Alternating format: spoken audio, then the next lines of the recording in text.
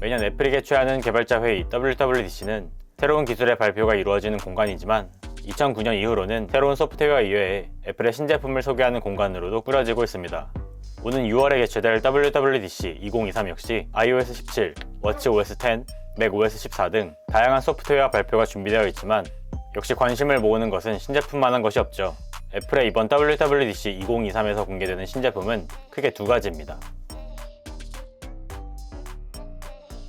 이번 WWDC가 최근 몇 년 사이에서도 유독 관심을 모으는 이유는 애플 하드웨어의 새로운 카테고리 MR 헤드셋이 공개되기 때문입니다.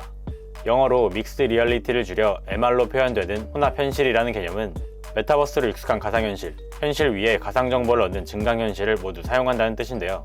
동시에 사용하는 것은 아니고 기기 측면에 위치한 다이얼을 통해 VR과 AR을 자유롭게 오가면서 활용하게 됩니다. 쉽게 말해 수륙 양용차 같은 거죠. 애플의 소식을 주로 전하는 맥 루머스에 따르면 리얼리티 프로로 추정되는 애플의 신제품 MR 헤드셋은 소니의 듀얼 4K OLED 디스플레이를 사용해 최대 8K의 해상도를 제공합니다. 마치 스노클링 장비처럼 생긴 이 헤드셋을 착용하면 홍채 인식을 통해 사용자를 인식하고 내부에 장착된 10대를 넘는 카메라를 이용해 사용자 주변의 환경이나 사용자의 표정, 제스처를 비롯한 신체 움직임의 모든 모니터링이 가능해진다고 하는데요. 사용자의 신체 정보를 기록해 가상 공간의 아바타에게 전달하는 아마 애플 기기를 이용해 아바타를 생성할 수 있었던 미모티콘의 업그레이드 버전이라고 보면 될 것 같습니다.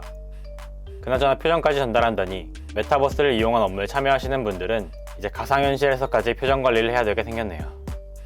어쨌든 리얼리티 프로는 이 수많은 카메라를 통해 키보드가 없더라도 텍스트를 입력할 수 있도록 에어 타이핑을 지원하며 아이폰을 통한 입력도 가능할 것이라고 합니다. 이 모든 것은 자체 OS인 XR OS를 통해 이루어지는데요. 업무 목적의 화상회의, VR의 궁극적인 목적이라고 할 수 있는 게임, 유튜브, 웹서핑과 같은 미디어 소비 등을 원활히 이용할 수 있도록 새로운 OS를 위한 다양한 앱이 개발될 것으로 보입니다. 가상현실 기기에서 가장 대표적으로 꼽히는 문제점은 이른바 광탈이라고 하는 순식간에 사라지는 배터리입니다. 워낙 사용하는 전력량이 많다 보니 배터리는 많이 필요하지만 머리에 끼우는 헤드셋인 만큼 무게 때문에 무턱대고 배터리를 늘릴 수도 없는 노릇이죠.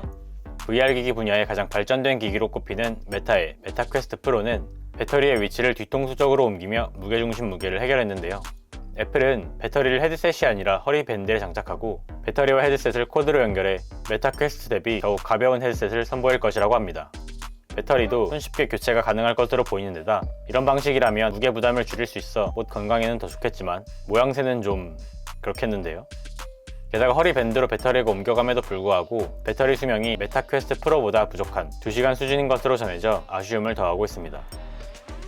리얼리티 프로는 안경 착용자를 위해 같은 도수의 안경을 헤드셋과 함께 주문할 수 있으며 헤드셋에는 자체 내장 스피커가 있지만 2세대 에어팟 프로와 동일한 H2 칩셋이 탑재되어 해당 에어팟 프로를 연동하면 초지연 모드를 통해 헤드셋과 완전히 동일한 오디오를 감상할 수 있다고 합니다.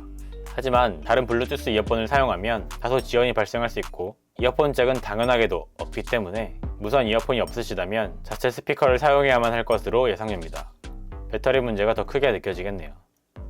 지금까지 보여줬던 감성과는 다소 거리가 있어 보이는 애플의 신제품 리얼리티 프로의 출시를 개발자들의 반대에도 불구하고 강행했다는 것으로 알려진 애플의 CEO 팀 쿡의 선택이 과연 어떤 결과를 보여줄 것인지, 생각만큼 시장이 커지고 있지 않은 AR, VR 헤드셋 분야에서 정말 애플이 만들면 다를 것인지 세간의 관심이 모이고 있습니다.